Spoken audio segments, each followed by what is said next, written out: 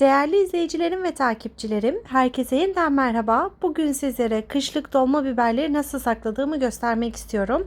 Çok güzel bir yöntem. Asla buzluk kokusu olmuyor bu yöntemle. Elimde dolma biberlerim var. Şöyle parmaklarımla içe doğru ittirerek çekirdek kısmını çıkarıyorum.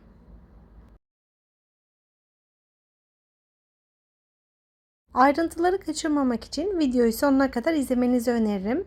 Eğer hala abone değilseniz de abone olursanız çok ama çok mutlu olurum. Dolma biberleri yıkadıktan sonra bir kez daha bol suyun içerisinde yıkadım. Biraz suyunun süzülmesini bekledim ama yine de şöyle kalan suyunu bir peçete yardımıyla içini dışını güzelce siliyorum. Eğer içinde de varsa içerisinde kalan suyu da alalım. Bir cam fırın kabının içerisine yerleştiriyorum.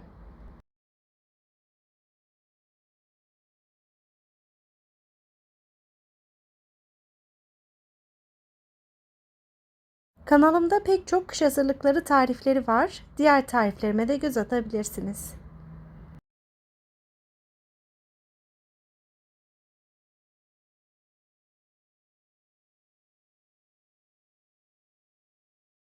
Biberleri güzelce temizledikten sonra fırın tepsisine yerleştirdim.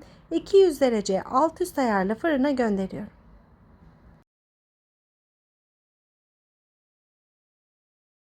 Üzeri kızardıktan sonra fırından çıkartalım.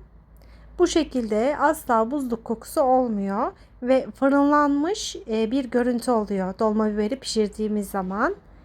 Şöyle hemen tamamen soğumasını bekleyebilirsiniz. Ben sizlere göstermek için hemen şöyle ilk sıcaklığı geçtikten sonra buzdolabı poşetlerinin içerisine yerleştirmeye başladım. Hem çok az yer kaplıyor hem de dediğim gibi asla buzluk kokusu olmuyor.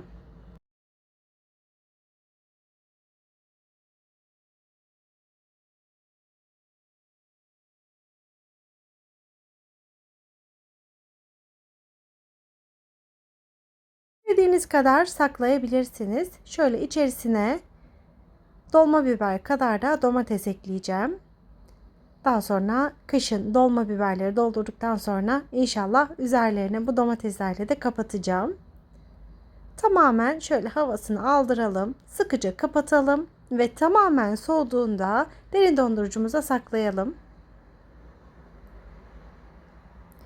Videoyu izlediyseniz ve beğendiyseniz sevdiğiniz arkadaşlarınızla videolarımı paylaşabilirsiniz. Yeni pratik tariflerde görüşmek üzere. Allah'a emanet olun. Hoşça kalın.